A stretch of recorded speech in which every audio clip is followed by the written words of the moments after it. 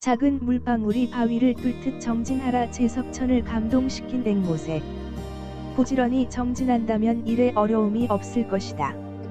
그러므로 그대들은 부지런히 정진하라. 비유하면 작은 물방울이라도 쉬지 않고 떨어지면 바위를 뚫는 것과 같다.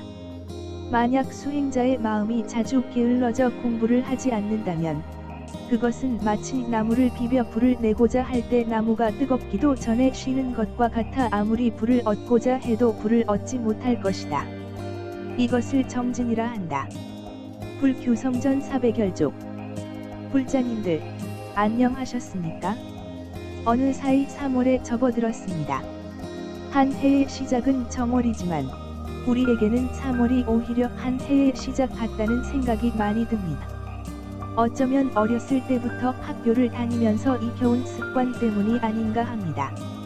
모든 학교의 새 학기는 3월에 시작되기 때문입니다. 학교를 떠난 지 오래됐지만 그때 우리 몸과 마음에 스며들었던 분위기가 지금까지도 힘을 가지고 있는 것을 보면 어떤 것을 자주 접하는가가 그 사람의 인생을 바꿀 수도 있겠구나 싶습니다. 물방울이 바위를 뚫을 때까지. 오늘 법문의 주제는 정진입니다. 정진이란 주제로 불교 성전의 두 가지 이야기를 함께 이어서 말씀드려볼까 합니다. 정진이란 말은 그동안의 법회에서 여러 차례 말씀드렸습니다. 열심히 하는 것, 노력하는 것, 쉬지 않고 애를 쓰는 것, 용감하게 나아가는 것, 게으름 피지 않는 것 등을 정진이라고 합니다. 얼마나 열심히 쉬지 않고 노력해야 하는가 하면 똑똑 떨어지는 물방울이 커다란 바위에 구멍을 낼 정도의 수준이라고 합니다. 물방울 하나의 힘은 미약합니다.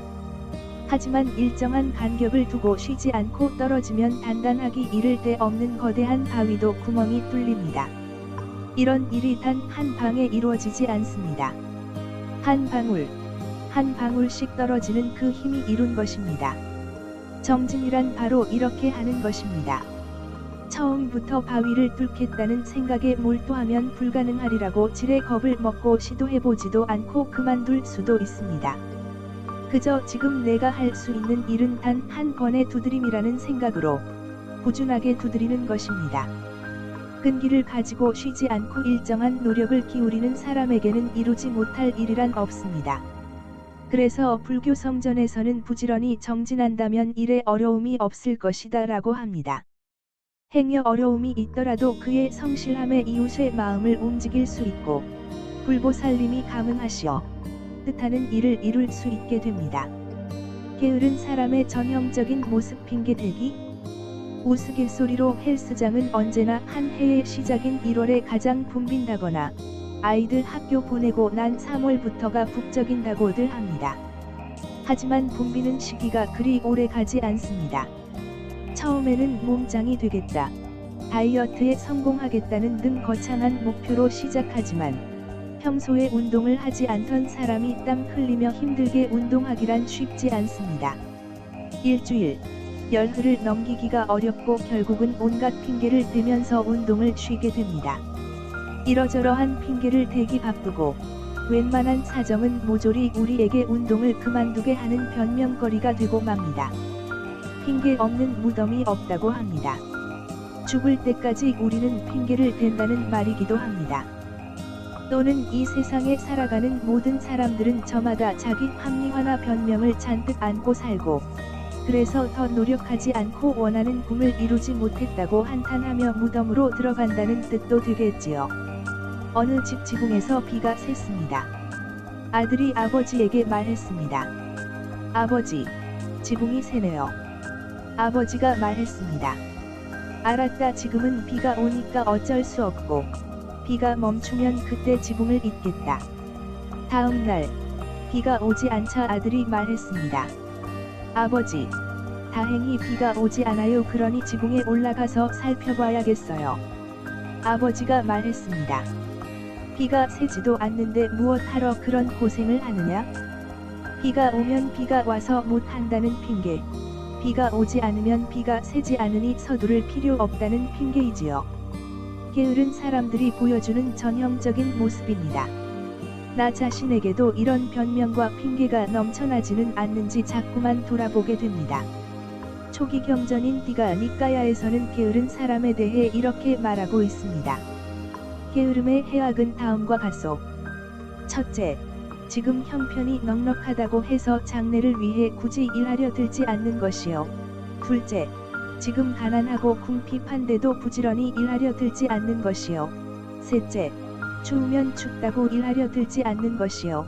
넷째, 더우면 덥다고 일하려 들지 않는 것이요. 다섯째, 때가 이르면 이르다고 일하려 들지 않고. 여섯째, 때가 늦었으면 늦었다고 일하려 들지 않는 것이요. 게으름 피우기를 멈추지 않는다면 그의 집안 살림은 날로 줄어들 것이요. 디가 니까야 선생경. 경전에서는 게으름을 피우는 사람에게는 불행이 찾아올 뿐이라는 법문이 수도 없이 되풀이되고 있습니다. 그러니 세속에서 부자가 되고 싶은 사람, 좋은 대학에 가고 싶은 사람, 건강한 몸을 가지고 싶은 사람들은 핑계를 대지 말고 부지런히 자신의 소망을 이루도록 노력해야 합니다. 해보았는데 안 되더라. 이런 말을 하는 사람도 있습니다. 사실 우리 현실에는 처음부터 불가능한 일도 많습니다. 또는 해서는 안 될 일을 무모하게 도전하는 경우도 있기는 합니다. 그러나 좋은 뜻을 가지고 목표를 이루고자 한다면 언젠가는 이루어진다는 것이 부처님 법문입니다. 숲에 불을 끄려던 앵무새 이야기? 앵무새의 비유가 그것을 말해줍니다. 이 이야기는 불교 성전 400열례 쪽에 나오는데 함께 읽어보겠습니다.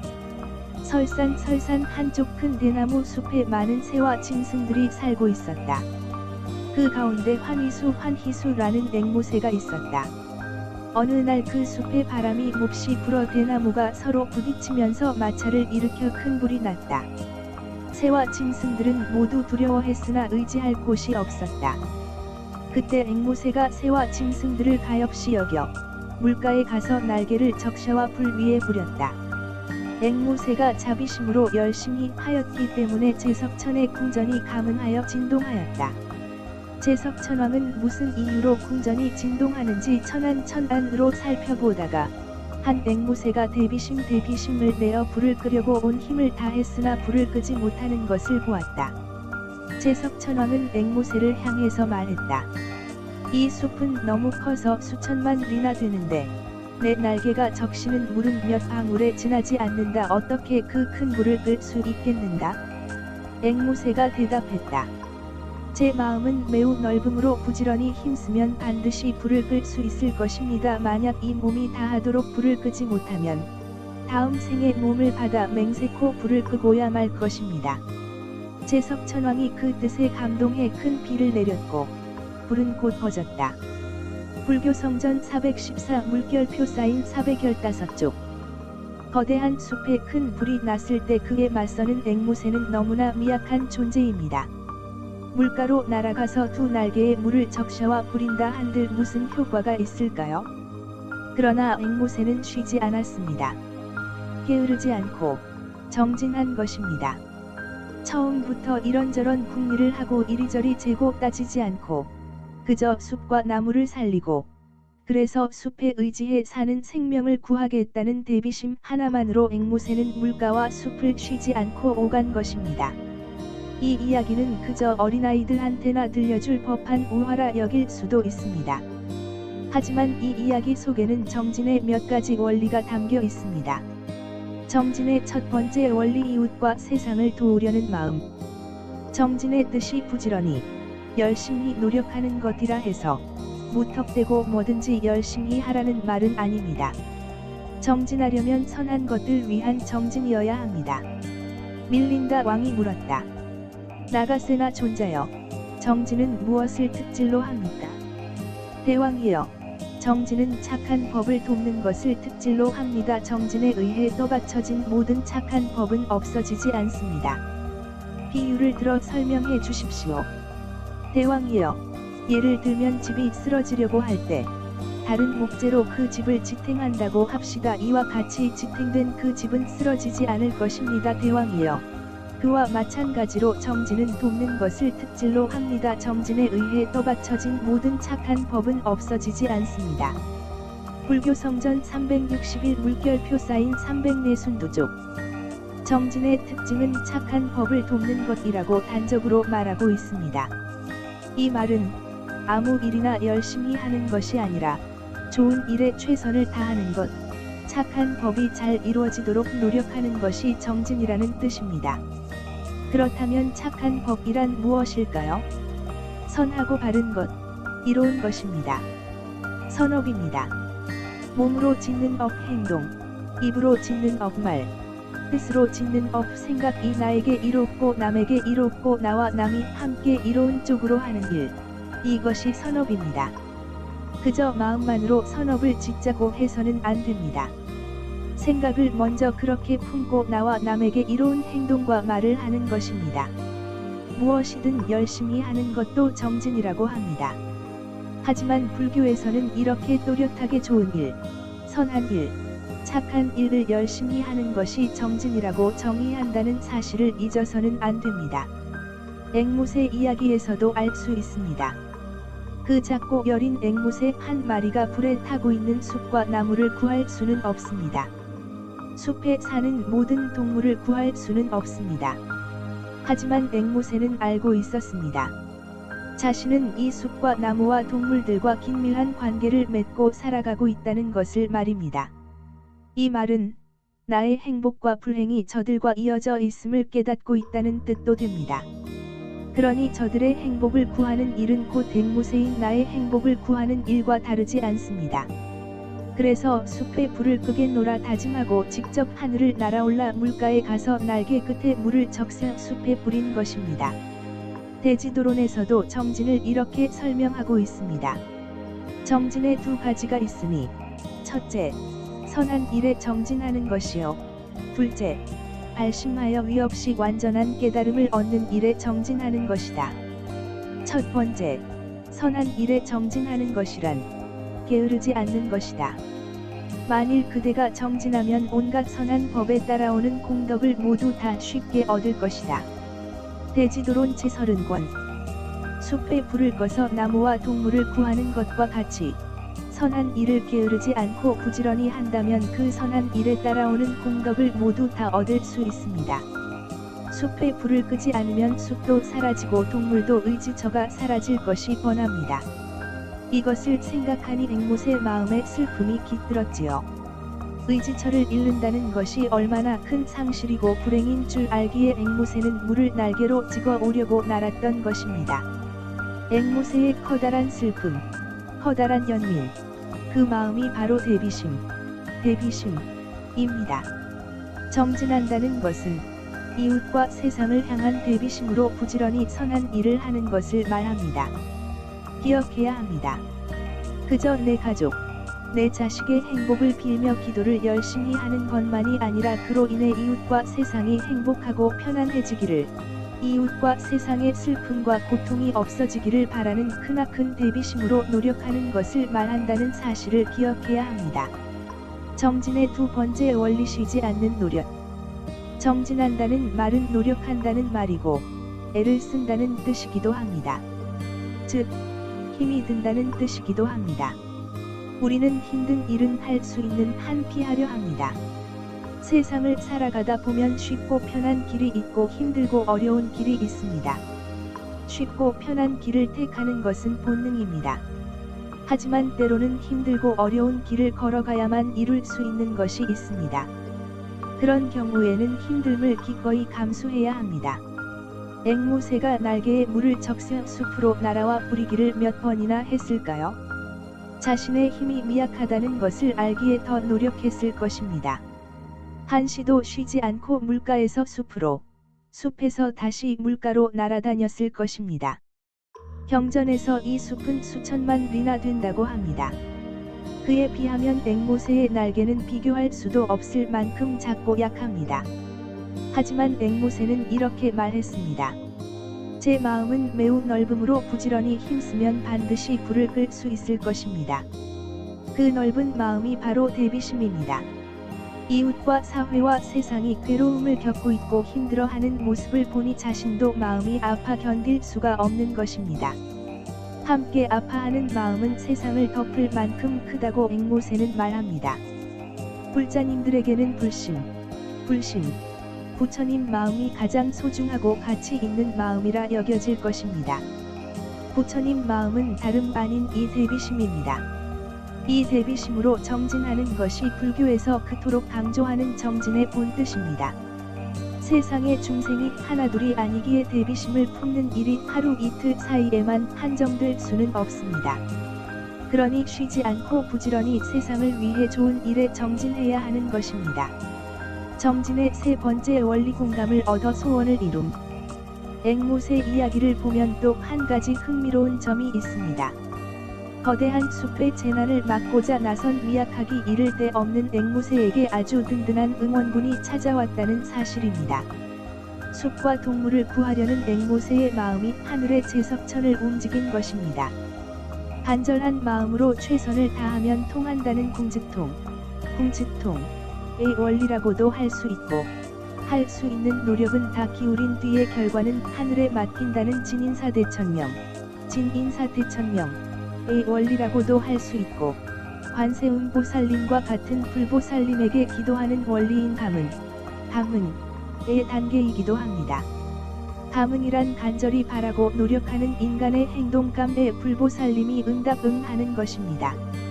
이 노력이 헛되지 않고 반드시 좋은 결과를 불러올 것이라는 강한 믿음이 열매를 맺은 것입니다. 대비심에 근거해서 물을 찍어 나르는 앵무새의 정진이 하늘의 제석천 궁전에 닿았다는 옛이야기는 바로 이것을 말해주고 있습니다. 제석천조차도 불가능한 일이라 여기지만 앵무새의 결기 어린 말은 이렇게 이어집니다. 만약 이 몸이 다하도록 불을 끄지 못하면 다음 생에 몸을 받아 맹세코 불을 끄고야 말 것입니다. 이번 생에 이루지 못하면 다음 생에서라도 반드시 이루겠다는 결심입니다. 다음 생이 있다고 믿을 수 없고, 또 다음에 어떤 생을 받게 될 줄도 모르니 그런 말은 아무 소용없다는 사람들도 많습니다. 하지만 다음 생이 있는지 없는지 단정할 수 없으니 우리는 더 노력해야 합니다. 노력하다가 생을 마치면 나는 좋은 일에 인생을 바쳐 보람 있게 살다 간 사람이 될 것이고, 다음 생이 있다면 이 노력의 기운을 받아 다음 생이 한결 유익해질 것입니다. 노력하는 데에, 그것도 나와 이웃과 세상의 이익과 행복을 위해 노력하는 데에 뜻을 같이 하는 이는 언제나 있습니다. 공감하고 공유하고 함께 손을 잡는 새로운 인연이 맺어지는 것입니다. 앵무새 이야기에서는 하늘의 제석천이 감동해서 큰 비를 내려 숲에 불을 인해 껐다고 말합니다. 선한 마음의 영향력은 생각보다 큽니다. 그리고 세상은 누군가가 이런 선한 노력을 보여주기를 기다리고 있습니다. 그때 사람들이 힘을 모으고 마음과 정성을 합칩니다. 정진은 비록 처음에는 나 혼자만의 노력에서 출발했지만 그 대비심에 감동하여 수많은 관계 속으로 지평을 넓혀갑니다. 정진에 관한 이런 이야기들이 어떻게 느껴지십니까? 비록 혼자만의 기도와 수행을 위해 조용히 절에 다니고 있다고 하더라도 경전에서는 언제나 이웃과 세상의 행복을 염두에 두라고 말하고 있습니다. 그러면 중생 혼자의 미미한 힘의 제석천과 같은 아주 큰 힘이 더해지게 된다는 것입니다. 여기서 한 가지 짚어볼 것이 있습니다. 기도만 열심히 하는 정진을 반성한다. 절에 와서 기도하는 불자님 중에는 세속의 행복을 위해 간절히 기도하는 분들이 많습니다. 여러분은 어떻습니까? 간절히 기도하면 다 이루어진다는 신념을 가지고 빌고 또 빕니다. 그래서 가피를 입었다는 불자님들도 많습니다. 작은 물방울이 바위를 뚫는 것처럼 쉬지 않고 기도하고 또 기도하여 끝내 소망을 이룬 것입니다. 가피를 얻은 것입니다. 하지만 여기에도 비밀이 하나 숨어 있습니다. 세속의 행복을 비는 일은 기도 하나만으로는 안 된다는 것입니다. 대장엄론경에는 이런 이야기가 있습니다. 가난한 형제가 살고 있었습니다. 이들의 바람은 딱 하나, 가난을 벗어나는 일이었습니다. 어느 날 형이 생각했습니다. 사원에 가서 남부럽지 않게 살게 해달라고 빌자 간절하게 기도하면 들어주실 거야? 집을 떠나 사원에서 기도하며 살기로 결심한 형은 동생에게 당부했습니다. 내가 없는 동안 너는 열심히 농사를 지어야 한다. 그러고도 동생이 게으름을 피울까봐 형은 동생을 밭으로 논으로 데리고 다니면서 하나하나 일러주었습니다. 이곳에는 깨를 심어야 해, 저곳에는 보리와 밀을 심어야 한다, 여기는 벼농사 하는 곳이고 또 저기는 콩을 심어야 해, 잊지 말고 부지런히 때 맞춰 게으름 피지 말고 농사를 지어라, 그러지 않으면 우리는 평생 가난을 벗어나지 못할 거야, 명심해라. 그런 뒤에 형은 사원으로 가서 밤낮으로 제를 베풀었습니다.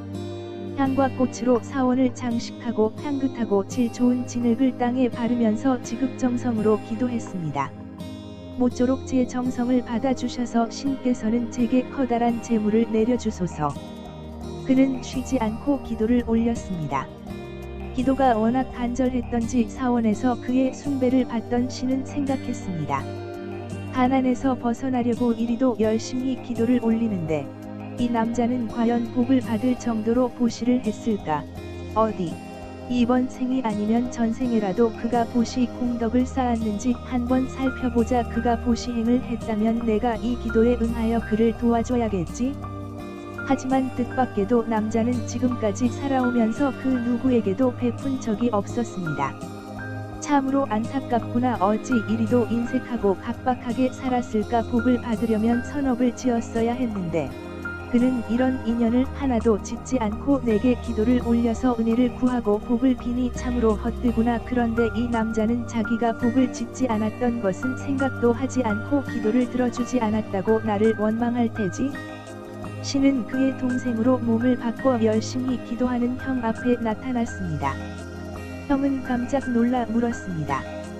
지금은 부지런히 농사를 지어야 할 때인데 여기에 왜 왔어? 밭에 무엇을 심었느냐? 그런데 동생은 태연스레 대답했습니다. 나도 형님처럼 이 사원에서 기도하겠습니다. 힘들게 농사 지을 필요 뭐 있나요? 열심히 기도해서 신을 섬기면 틀림없이 내 기도에 감응해서 비록 저 밭에 씨앗은 뿌리지 않았어도 신의 은총으로 곡식이 절로 무르익을 테고 부자가 될 것입니다. 나도 이제부터 기도를 올리겠습니다. 형은 신이 변장한 것인 줄 꿈에도 모르고서 동생을 꾸짖었습니다. 어리석은 녀석 같으니 어떻게 밭에 씨를 뿌리지 않고 수확을 바라느냐? 절대로 그럴 수 없다는 걸 왜 몰라? 동생이 물었습니다. 정말입니까? 이 세상을 살아가면서 씨앗을 심고 뿌리지 않으면 정말 열매를 얻을 수 없습니까? 그걸 말이라고 해. 심지 않으면 거둘 것이 없는 건 당연한 이치야. 그러자 신이 동생의 모습을 거두고 제 모습을 나타내서 형에게 말했습니다. 그대가 그대의 입으로 말했습니다. 심지 않으면 거둘 수 없다라고요. 가만 보니 그대는 현생에나 전생에 보시한 인연이 전혀 없습니다. 그런데 지금 무슨 과보를 얻겠다는 것입니까? 그대의 기도가 간절하기는 합니다. 단식을 하면서까지 내게 공양을 올리고 있으니까요. 하지만 그래봤자 당신의 몸만 더 굶주리고 허기질 테지요. 부자가 되고 싶고 행복한 가정을 꾸리고 싶습니까? 그렇다면 몸과 입과 뜻으로 선업을 지으십시오. 그리고 보시하는 선업도 반드시 지으십시오. 하늘의 신처럼 풍요롭게 살고 싶습니까? 보시하고 계를 지키십시오. 이런 인연을 짓지 않았다면 어떤 것도 바라선 안 됩니다. 열심히 기도하면 다 들어주리란 믿음으로 지냈던 형은 큰 충격을 받았습니다. 그를 향해 신은 다시 이렇게 말했습니다. 이제 더 이상 나를 괴롭히지 마십시오. 지금부터라도 부지런히 온갖 선업을 지으면 됩니다. 그러면 행복은 당연히 찾아올 것입니다. 괜히 나를 들볶으면서 왜 이렇게 간절히 기도했는데 재물을 주지 않느냐고 괴롭힐 일이 아닙니다. 대장엄론경 제10권.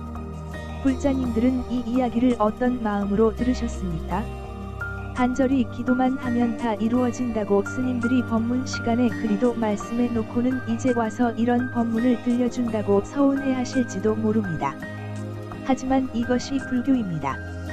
원인이 있으면 결과가 따라온다는 인과법을 불교는 강조합니다. 세속의 행복이라는 결과를 바란다면 세속에서 열심히 선업을 지어서 행복의 원인을 쌓아야 합니다. 물론 절에 와서 기도하는 것도 선한 원인이 될 수 있지만 그것만으로는 부족하다는 것이 바로 대장엄론경의 가르침입니다. 기도를 하면 모든 것이 이루어진다고 합니다. 그 모든 것이란 어떤 것일까요? 대놓고 말을 하지 않을 뿐이지 틀림없이 재산과 명예, 건강, 화목, 장수일 것입니다. 수많은 불자님들이 절에 와서 부처님에게 기도하면 우리 가족 행복하고 평화롭고 장수하고 자식들이 잘 풀릴 것이라 믿어 의심치 않습니다. 그런데 이 경에서는 부자가 되기를 바란다면 보시를 해야 한다고 말합니다. 건강하고 장수하기를 바란다면 생활을 절제하고 식습관을 살펴야겠지요.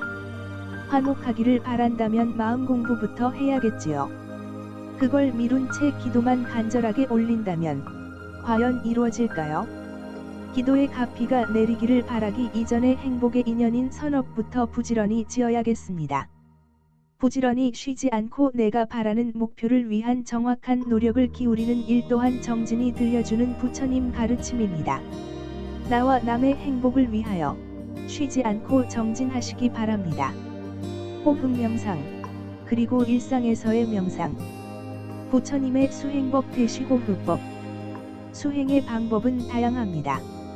절을 하기도 하고 경전을 독송하기도 하며 사경을 할 수도 있습니다. 한국 불교의 가장 전통이 깊은 간화선을 할 수도 있고 위파사나라고 하는 묵조선도 요즘에는 널리 알려져 있습니다.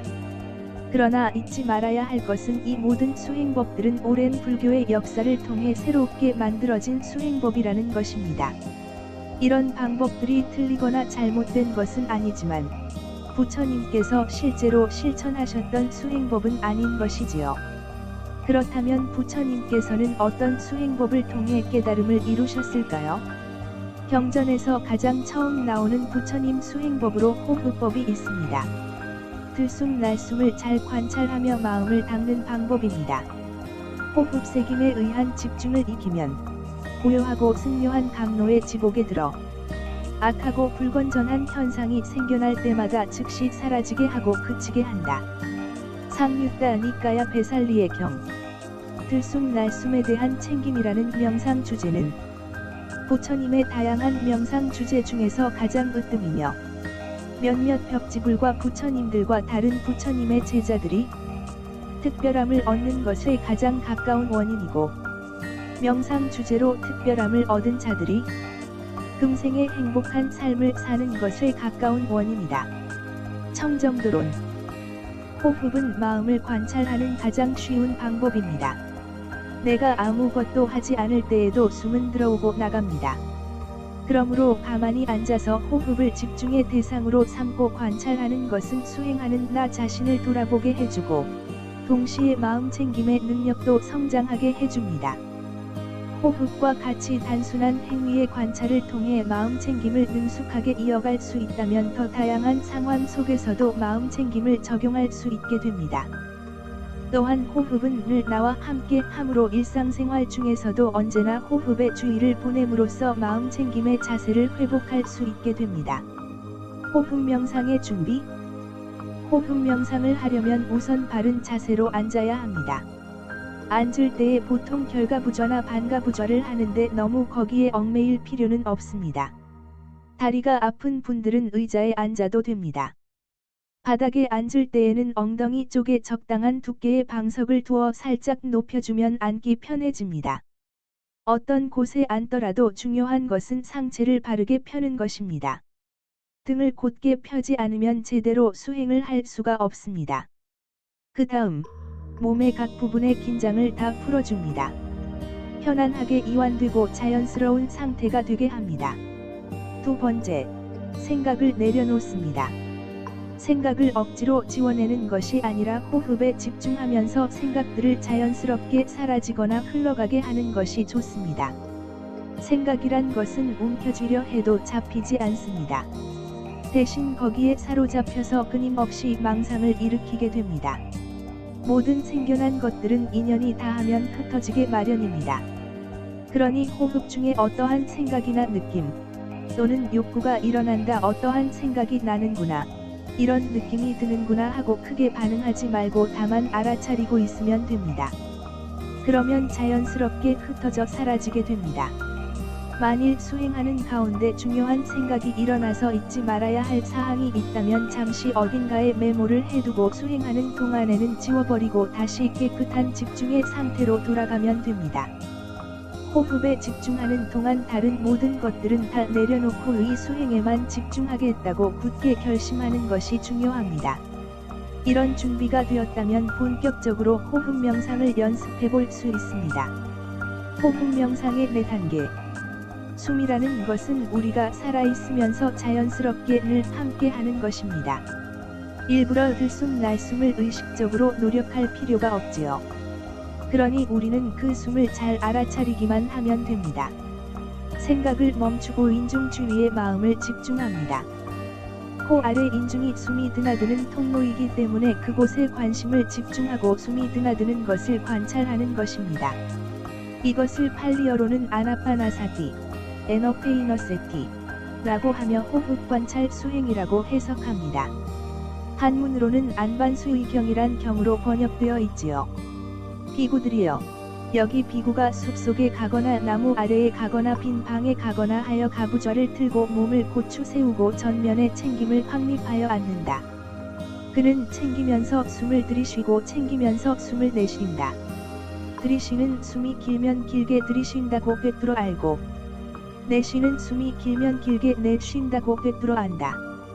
들이쉬는 숨이 짧으면 짧게 들이쉰다고 꿰뚫어 알고, 내쉬는 숨이 짧으면 짧게 내쉰다고 꿰뚫어 안다. 호흡의 전 과정을 경험하면서 들이쉬리라며 공부 짓고, 호흡의 전 과정을 경험하면서 내쉬리라며 공부 짓는다. 호흡을 고요히 하면서 들이쉬리라며 공부 짓고, 호흡을 고요히 하면서 내쉬리라며 공부 짓는다. 대념 적용. 호흡 명상의 4단계 중 첫 번째 단계는 숨을 고요하게 쉬면서 숨에 집중하는 것입니다. 단순하게 집중한다는 것은 이해하기 어려우니 숨이 길면 길다고 알아차리고, 짧다면 짧다고 알아차리는 연습을 합니다. 이게 별것 아닌 것 같지만 처음 하는 사람은 이것조차 쉽지 않습니다. 어색하고 생소하기 때문입니다. 사람도 처음 만나면 서로 친해지는 시간을 가져야 하듯이 호흡도 늘 함께 하는 것이지만 관찰을 하기 시작하면 어색합니다.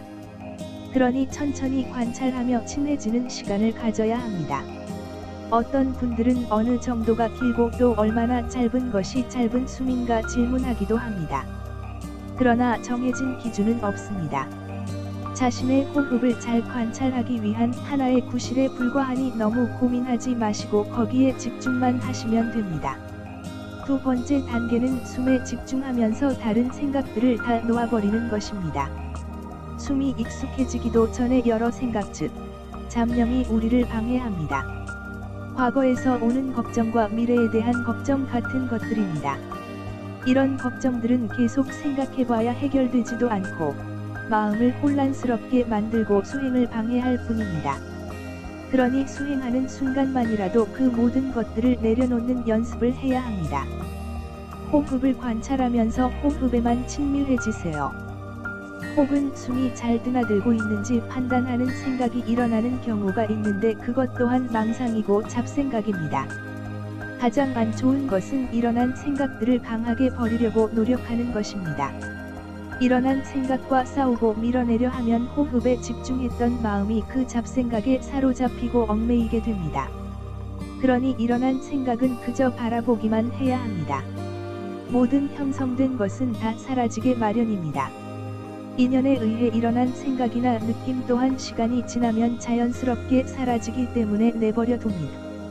미워하는 마음이나 화내는 생각이 일어나도 그저 일어난 대로 관여하지 말고 내버려 두고 다시 호흡에만 집중하면 얼마 지나지 않아 다 흘러가 사라지게 됩니다. 꾸준히 연습해서 5분 정도 망상을 일으키지 않고 호흡에만 집중하게 된다면 두 번째 단계를 잘 마치고 다음 단계로 갈 수 있습니다. 세 번째 단계는 숨이 들어오고 나가는 전 과정을 알아차리는 것입니다. 다시 말해 숨을 관찰하는 것은 변하지 않습니다. 더욱더 세밀하게 관찰하는 것이지요. 숨이 코로 들어가기 시작하는 순간부터 손끝, 발끝까지 이어지고 다시 뱉어내는 모든 과정을 세세하게 놓치지 않고 알아차리는 것이 세 번째 단계입니다. 예를 들어 설명해 보겠습니다. 사람 5명이 문을 드나든다고 합시다. 5사람이 나란히 줄을 서서 문으로 쭉 들어가고 또다시 5명이 줄줄이 나옵니다. 여기서 앞에 두 번째 단계까지의 관찰은 누가 들어가든 한 무리의 사람들이 들어갔다는 것을 알고 또 한 무리가 나갔다는 것을 알아차리는 것이었다면, 세 번째 단계에서는 처음 사람이 들어가는지 두 번째로 어떤 사람이 들어가는지 등을 세세하게 알아채고 마지막으로 누가 밖으로 나가는지까지 정확하게 관찰하는 것입니다. 훨씬 더 정밀한 관찰의 단계가 되겠지요. 그래서 이 단계에서는 우리의 호흡이 아주 미세하고 관찰의 밀도가 높아 옆 사람이 알아채기 힘들 정도가 됩니다. 아주 강력한 각성 상태에 들어있는데 이때쯤 되면 마음이 이렇게나 고요하고 행복하다는 느낌이 든다고 합니다. 마지막, 네 번째 단계는 숨을 알아차릴 때에 숨이 드나드는 그 지점에만 집중해서 인식하는 것입니다. 다시 말해 오지 않은 숨과 지나간 숨에 대해서는 관심이 다 끊어지고 오직 이 순간에만 집중되어 있는 상태가 가장 마지막 호흡법의 경지입니다. 이 경지가 오면 마음에 오염된 것이 없이 깨끗해졌다는 것이며 희열과 행복이 극대화되고 새 속에 어떠한 즐거움이 유혹해도 흔들리지 않는 상태가 됩니다. 마음이 탐진치 삼독에 조금이라도 오염되어 있다면 절대로 이런 경지에 들지 못합니다. 그러니 이 수준까지 수행을 끌고 왔다는 것은 이미 오염된 마음이 다 정화되어 맑은 상태라는 것을 증명하는 것입니다. 병행하는 법. 몇 시간이고 앉아서 호흡을 관찰하고 알아차림 수행만을 지속할 수도 있지만, 몸의 상태를 잘 살펴 수행법을 바꾸며 수행하는 것이 좋습니다. 스님들도 집중 수행을 할 때에 계속 앉아만 있는 것이 아니라 중간중간 걸으며 명상을 이어갑니다. 30분 이상 앉아서 명상 수행을 했다면 한동안은 일어나 걸으면서 몸의 긴장을 풀어주고 순환을 시켜주는 것이 좋습니다. 걷기 명상은 행선, 경행이라고 합니다. 걸으면서 수행할 때에도 기본적인 알아차림의 원리는 호흡과 다르지 않습니다. 처음에는 천천히 발이 땅에 닿는 감각도 들어 올리는 동작 등에 집중하며 잡념들을 모두 흘려보냅니다. 그러다가 어느 정도 익숙해지면 걷는 동작을 세밀하게 구분하여 하나하나의 동작이 뚜렷이 인식되도록 집중합니다. 이런 집중 수행을 하며 걷기 때문에 걷기 수행의 걸음걸이는 빠르지 않고 아주 느리고 진중하게 보입니다. 마치 호흡 명상이 깊어질수록 미세하고 고요해지는 것과 같습니다. 일상생활 속의 명상. 우리가 명상 수행을 하려 할 때 두 가지 다른 환경을 고려해야 합니다. 스님과 달리 사회에서 살아가는 제가자인 여러분들은 일상생활에서 일하고 활동할 때에는 어떻게 수행해야 할까 생각하고, 반대로 고요한 곳에 앉거나 머물러 있을 때에 어떻게 수행할 것인지 나누어 생각하는 것이 좋습니다. 당연히 일하고 활동하면서 수행하는 것이 훨씬 어렵습니다. 그러니 고요한 곳에서 수행하는 연습을 충분히 하고 나서 생활에 적용해 나가는 쪽으로 실천하는 편이 순조롭습니다. 일상생활을 할 때에는 고요한 곳에서 하듯 호흡 명상을 이어가기 어렵습니다. 그럴 때에도 우린 마음의 작용을 잘 알아차리고 오염되지 않도록 지키는 수행을 이어나가는 것이 중요합니다. 다시 비구들이여. 여기 비구는 6가지 안팎의 감각장소 6내외처의 법에서 법을 관찰하며 법수관 머문다. 비구들이여. 어떻게 비구가 6가지 안팎의 감각장소의 법에서 법을 관찰하며 머무는가? 비구들이여. 여기 비구는 눈을 꿰뚫어 안다. 형상을 꿰뚫어 안다. 이 둘을 조건으로 일어난 족쇄도 꿰뚫어 안다. 전에 없던 족쇄가 어떻게 일어나는지 꿰뚫어 알고, 일어난 족쇄를 어떻게 제거하는지 꿰뚫어 알며, 어떻게 하면 제거한 족쇄가 앞으로 다시 일어나지 않는지 꿰뚫어 안다. 귀를 꿰뚫어 안다. 소리를 꿰뚫어 안다. 중략. 코를 꿰뚫어 안다. 냄새를 꿰뚫어 안다. 중략. 혀를 꿰뚫어 안다. 맛을 꿰뚫어 안다. 중략. 몸을 꿰뚫어 안다. 감촉을 꿰뚫어 안다. 중략. 만호를 꿰뚫어 안다. 이 둘을 조건으로 일어난 족쇄도 꿰뚫어 안다. 법을 꿰뚫어 안다. 전에 없던 족쇄가 어떻게 일어나는지 꿰뚫어 알고, 일어난 족쇄를 어떻게 제거하는지 꿰뚫어 알며, 어떻게 하면 제거한 족쇄가 앞으로 다시 일어나지 않는지 꿰뚫어 안다. 이와 같이 안으로 법에서 법을 관찰하며 머문다. 중략. 그는 세상에 대해서 아무것도 움켜쥐지 않는다. 비구들이여, 이와 같이 비구는 6가지 안팎의 감각장소의 법에서 법을 관찰하며 머문다. 대념 적용. 우리 마음을 문이 6개 있는 집이라고 생각해 봅시다. 우리는 마음의 문을 활짝 열어두고 누구나 드나들도록 방치하는 것이 맞을까요? 그렇게 둔다면 어떤 사람은 내 마음에 좋은 영향을 줄 수도 있지만 내 마음에 해를 끼치거나 오염되게 하는 사람도 어떠한 제재 없이 들어올 수 있습니다. 그런 것은 내 마음에 도움이 되지 않겠지요. 따라서 문단속을 잘해서 우리 마음에 해가 되는 것을 잘 막고 도움이 되는 것들은 문을 열어주어 받아들이는 훈련을 해야 합니다. 6개의 문은 우리가 외부의 정보를 받아들이는 안이비설신의 육근을 말합니다. 대부분의 사람들은 외부 정보를 잘 가리지 못하고 무의식적으로 화를 내기도 하고 집착하기도 하면서 함부로 살아갑니다. 중생의 삶입니다. 제대로 된 불자의 삶을 살기로 마음먹고 수행을 시작했다면 우리 마음에서 일어나는 문제에 관심을 가지고 주의를 기울이는 것이 가장 중요합니다. 마음에서 일어나는 일들에 집중해서 알아차리게 되면 그 다음으로 마음에 올바른 변화를 줄 수 있습니다. 그래서 마음을 더 좋은 방향으로 가꾸어 가게 되는 것이지요. 그것이 마음 공부입니다. 수행을 누가 하라고 해서 혹은 수행하면 마음이 좋아진다더라 하는 말을 듣고 억지로 시작하는 경우가 있습니다. 그런 수행은 10중 8구 실패하게 됩니다. 우선 우리 마음에 관심과 애정을 가지고 누가 시키지 않아도 스스로 좋아서 살펴야 합니다. 마치 어린아이를 예뻐하며 돌보듯 우리 마음이 언제 슬프고 언제 기쁜지, 무엇에 만족하고 무엇에 힘들어하는지 살피는 것이죠. 그리고 우리 마음에서 일어나는 여러가지 번뇌에서 떠나야 합니다. 감각적 욕망, 성냄과 탐욕, 좋아해서 취하고자 하고, 싫어해서 밀어내고자 하는 등 번뇌가 일어난다면 마음의 문단속을 잘하여 놓아버리고 흘려보내야 합니다. 그것들이 마음에 도움이 되고 이익이 되는 것이 아니라는 사실을 분명하게 알고, 그것은 오염된 생각이며 장애임을 분명하게 알아야 합니다. 그래야 집착하지 않고 내려놓을 수 있습니다. 수행은 결국 일종의 내려놓음의 연습이라 할 수 있습니다. 호흡 명상에도 너무 집착하려 하지 말고 그저 알아차림을 통해 고요함을 닦는 것이 요점입니다. 일상의 수행 또한 번뇌가 마음을 침범하지 못하도록 하여 마음을 평화롭고 고요하게 유지하는 것입니다. 마치며 부처님께서는 우리의 마음은 원숭이처럼 이곳저곳을 뛰어다니길 좋아한다고 하셨습니다. 원숭이 같은 마음을 천천히 길들이고 다스려서 고요한 상태로 만드는 것이 수행이라고 비유로 설명하셨지요. 또 우리 마음을 연못과 같다고 설명하기도 합니다. 고요한 상태의 연못이라면 물에 우리 모습이 있는 그대로 비치고 세상도 왜곡 없이 명징하게 보입니다. 그러나 번뇌의 바람이 물을 흔들고 분노가 물을 끓인다면 수면은 흐트러진 상태가 되어 어느 것도 제대로 비추지 못하겠지요. 고요한 상태로 나와 세상을 제대로 보는 것, 그 상태를 삼매라고 합니다. 이 단계는 괴로움도 즐거움도 아닌 중도의 길로 가는 것입니다.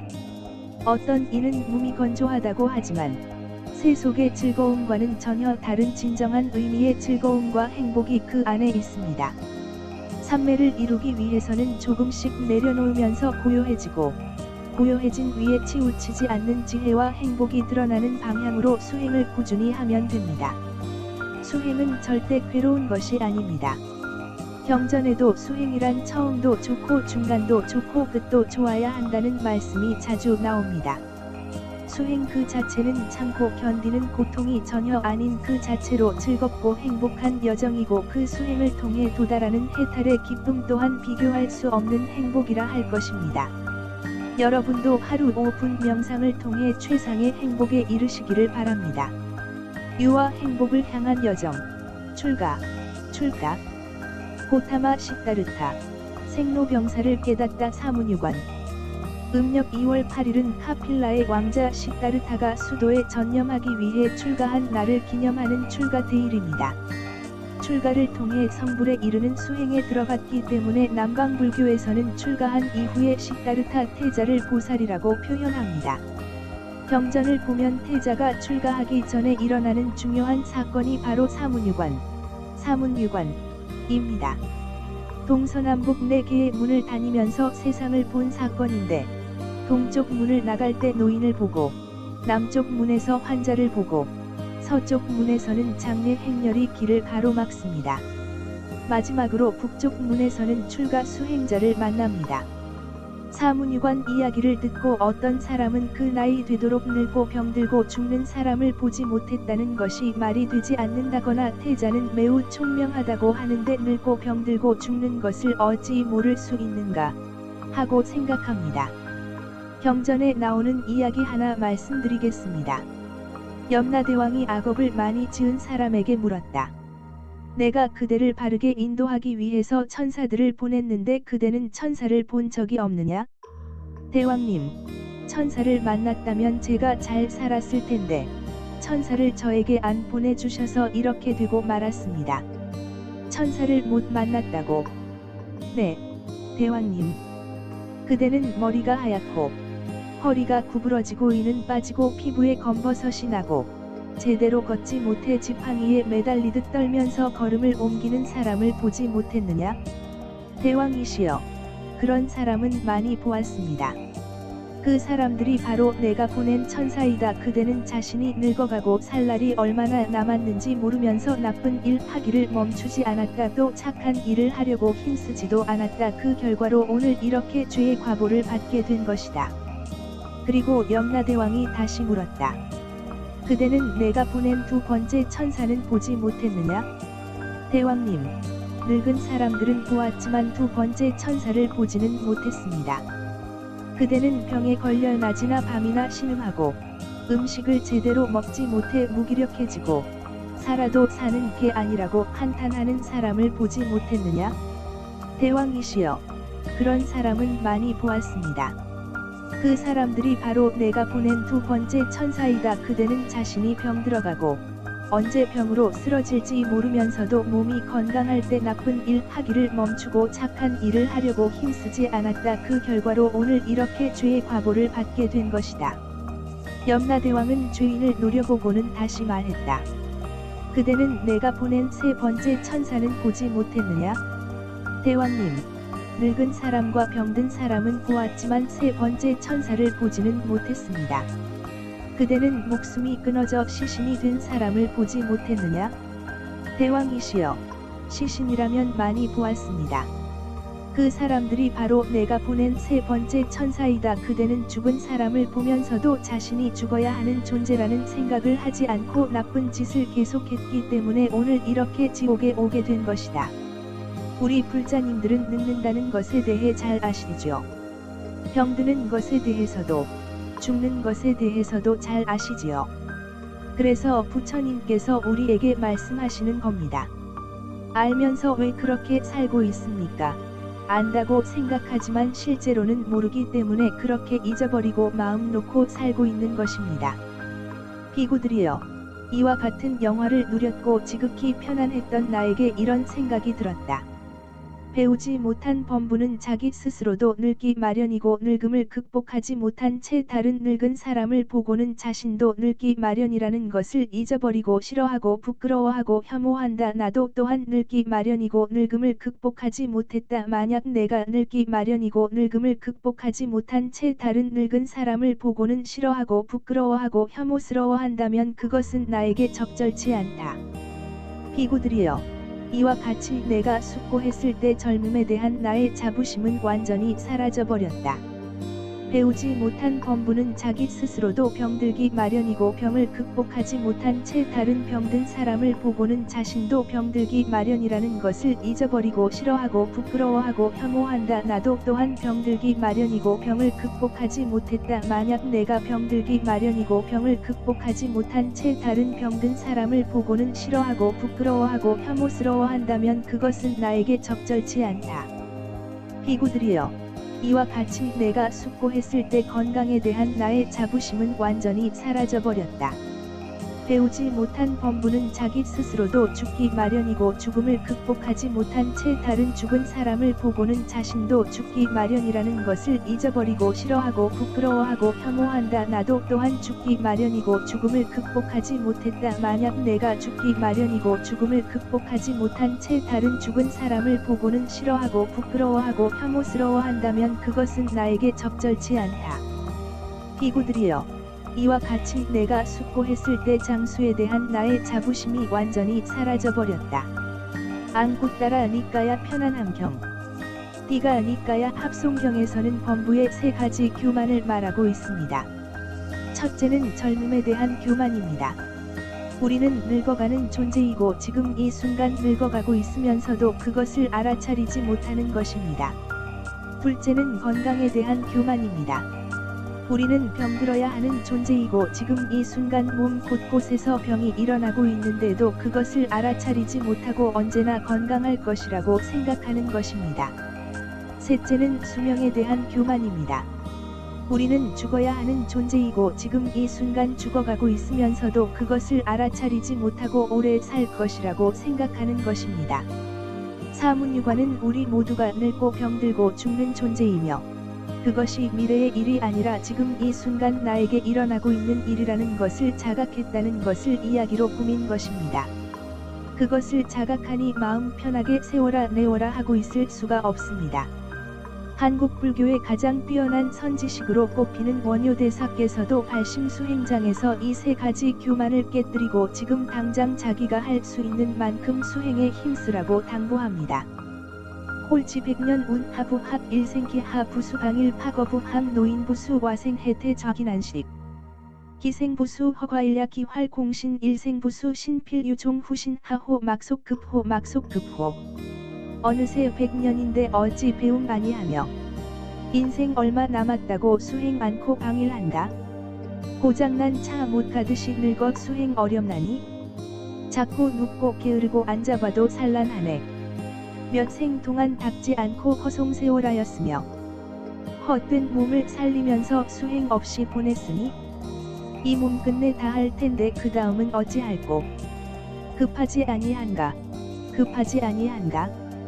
발심수행장. 맞지마 니까야 독화살의 비유경에서는 이런 비유를 들고 있습니다.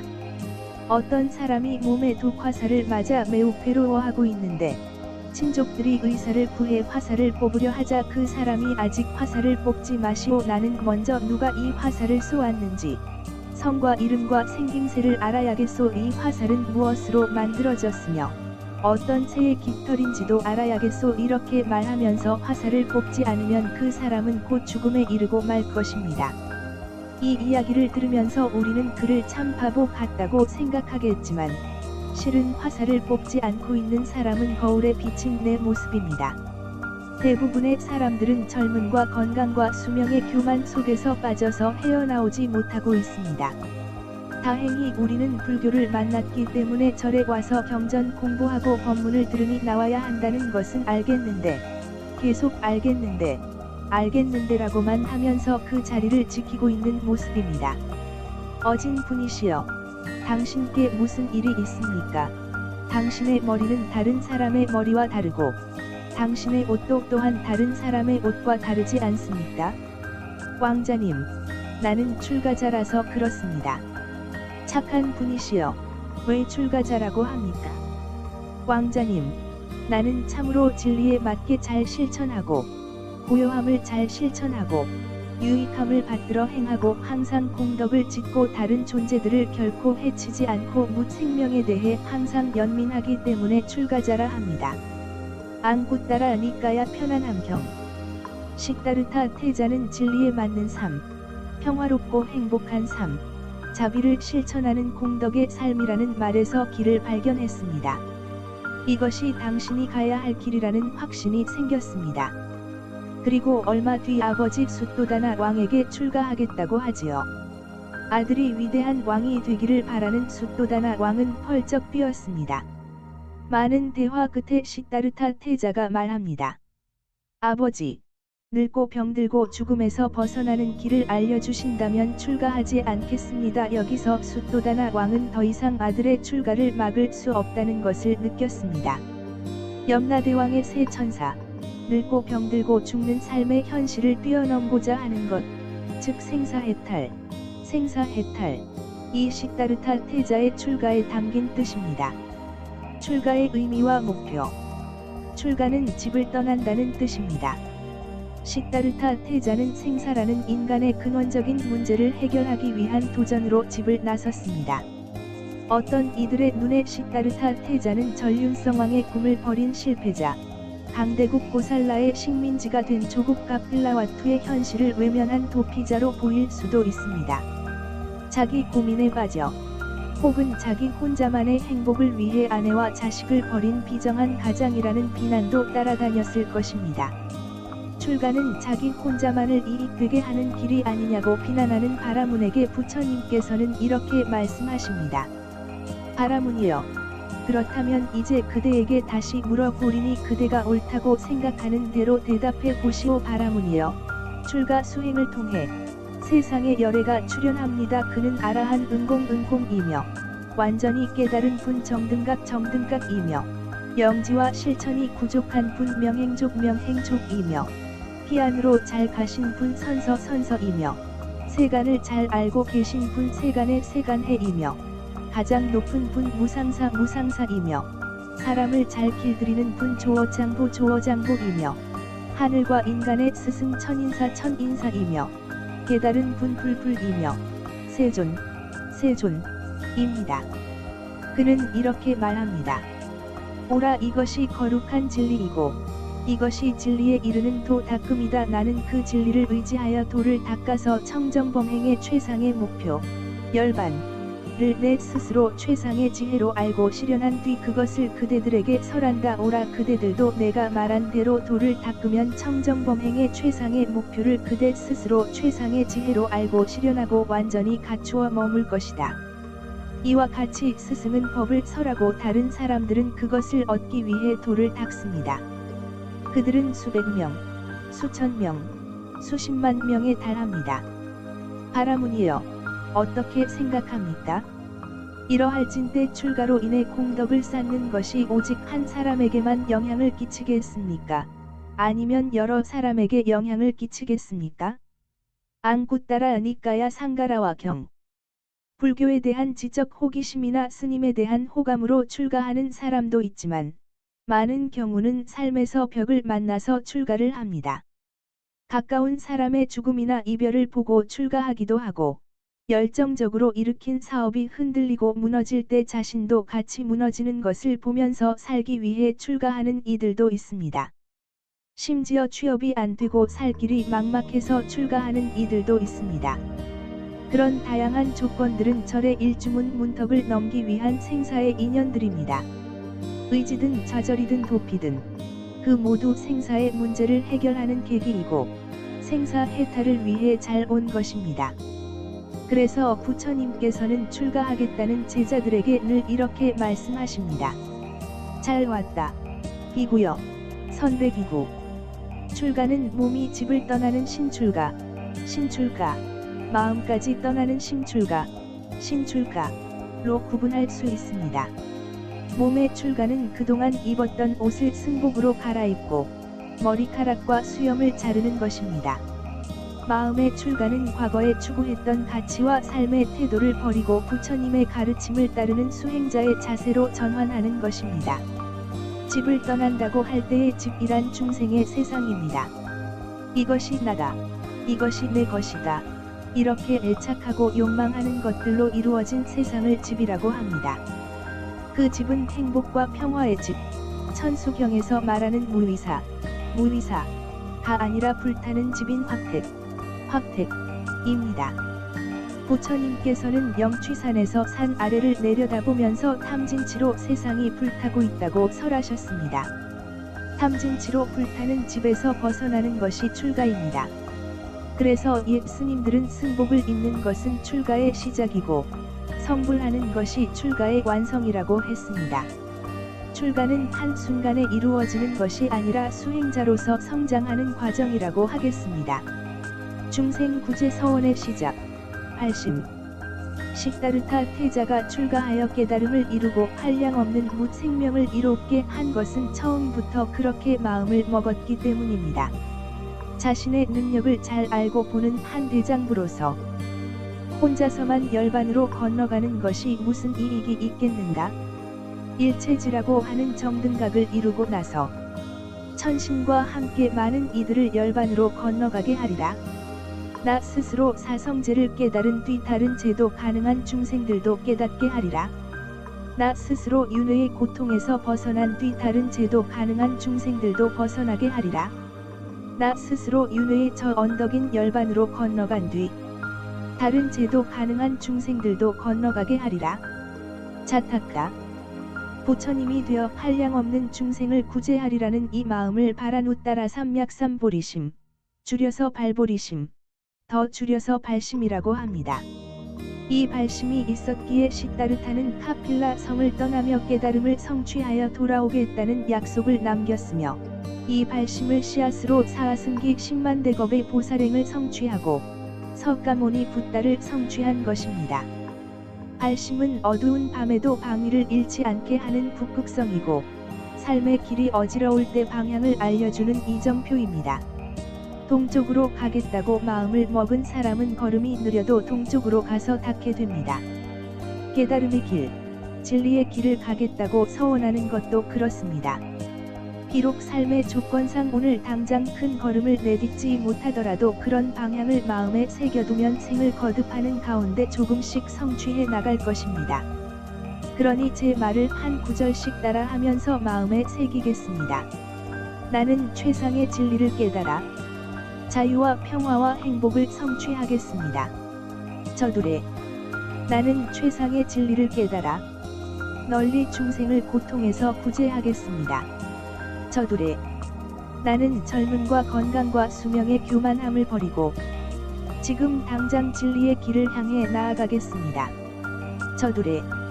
이 발심을 자주자주 마음에 새겨야 하니 노트에 적거나 지벽에 적어놓고 오고 가면서 자꾸 보고 읽기 바랍니다. 이제 발심했으니 출가를 해야 하겠습니다. 그런데 지금 당장 출가를 할 상황이 안 되는 분들이 많으시겠지요. 부처님께서는 당신의 모든 제자가 출가의 길을 가야 한다고 하지 않으셨습니다. 비록 수행에 전념하지는 못하지만 제가 불자로서 계율을 지키고 가정을 일으키며 출가자를 보호하는 한편 한 달에 6일은 출가자와 비슷하게 살면서 수행하도록 하셨습니다. 이것이 제가 포살인 육제일입니다. 육제일은 매월 보름의 8일, 14일과 15일입니다. 보름달이 뜨는 백월, 백월의 보름과 금음으로 향하는 흑월, 흑월의 보름에서 각각 8일, 14일, 15일이니 한 달에 6일입니다. 요즘은 양력으로 생활하니 매주 절에 가서 법회 참석하고 봉사하며 부처님 가르침대로 수행하는 것이면 됩니다. 지금 당장 출가는 못해도 매주 절에는 오실 수 있겠지요. 매주 절에 와서 삶을 점검하고 참회하고 바른 삶을 서원하고 정진하는 것이야말로 우리를 참된 불자가 되게 하고 훌륭한 사람이 되게 하며 거룩한 삶으로 인도합니다.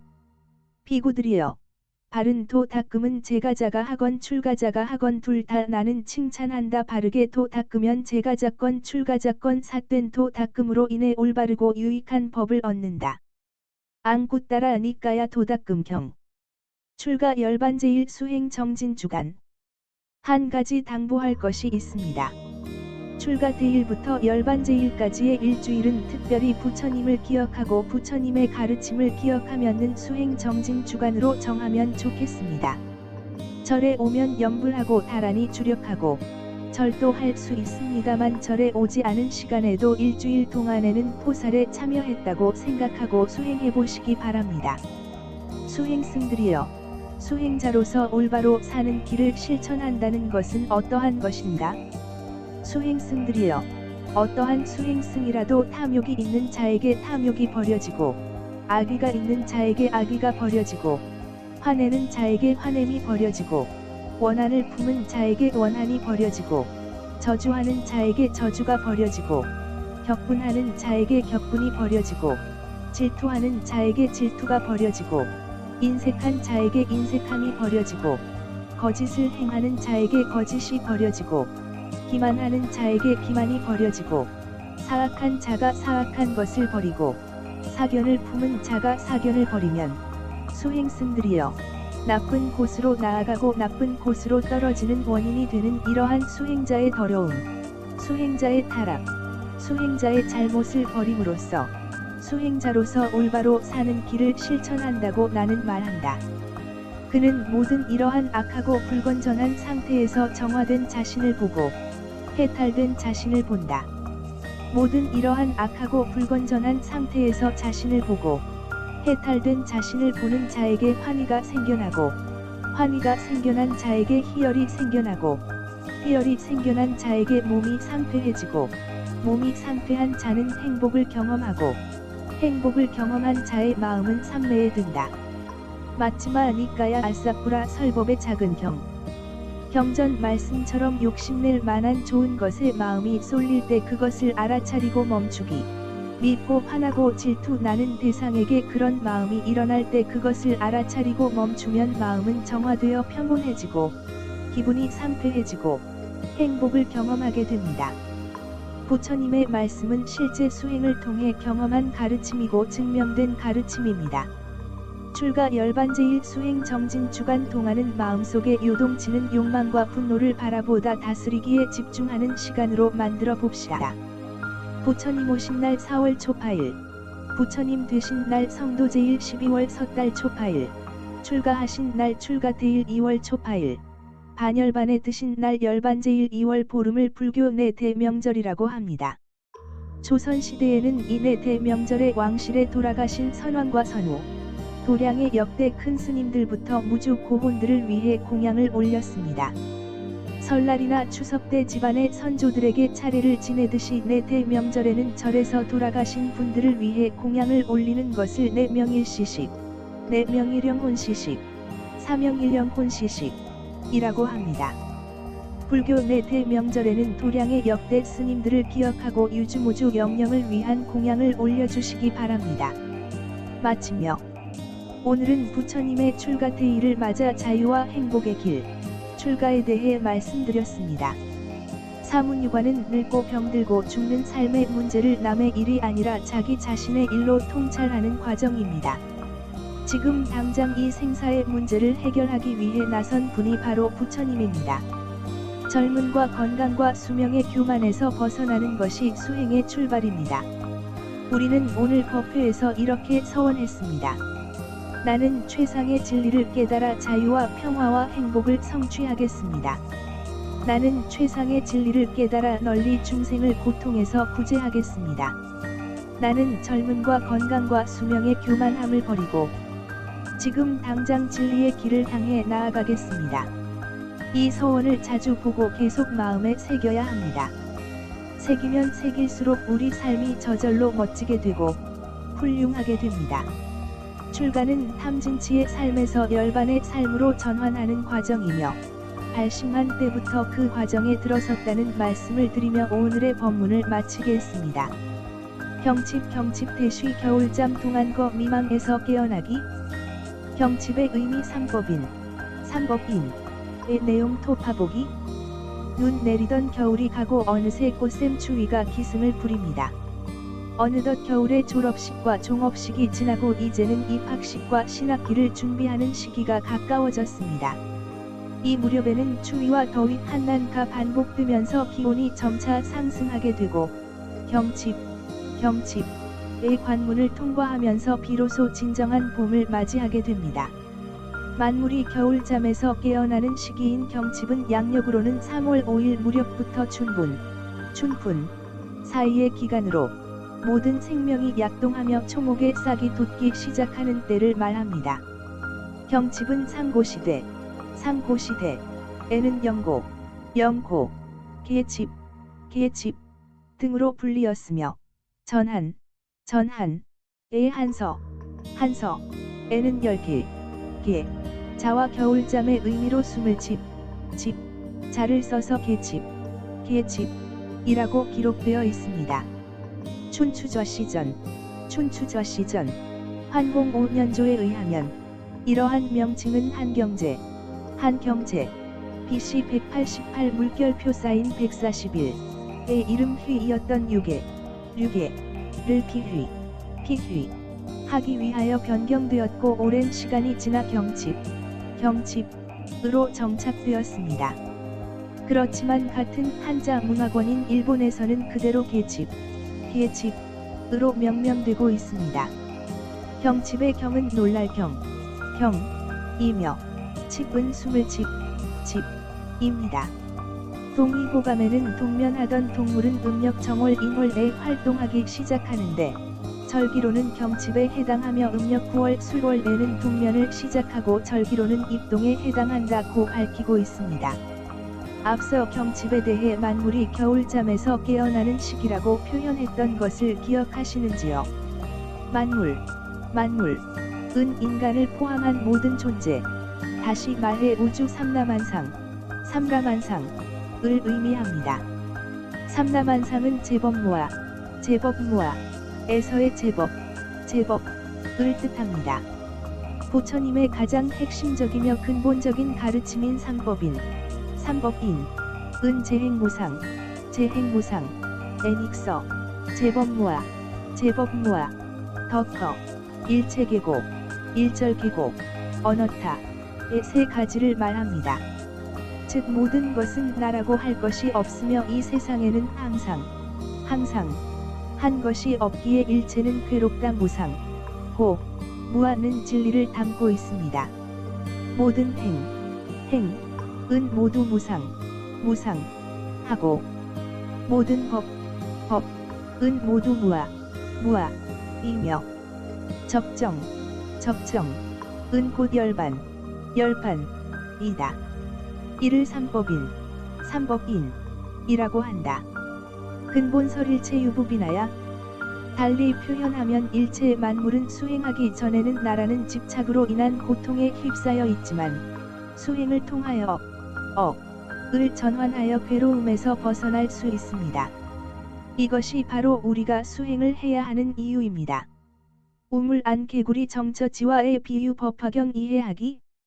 옛사람들은 경칩 무렵에 첫 번째 천둥이 치고 그 소리를 들은 개구리나 뱀 또는 벌레들이 깜짝 놀라 땅에서 나온다고 생각했습니다.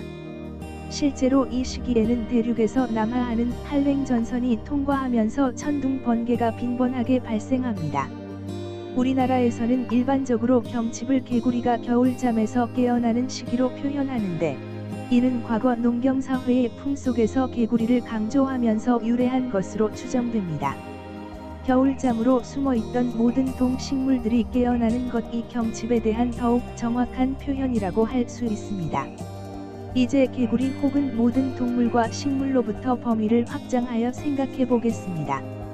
수행자의 관점에서 볼 때 겨울잠은 안거에 드는 것과 같습니다.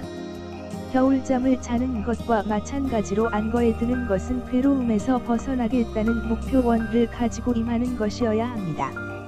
단지 고통을 피하기 위해 세상과 단절한다면 그것은 우물 안의 개구리 정처지와와 다름이 없습니다.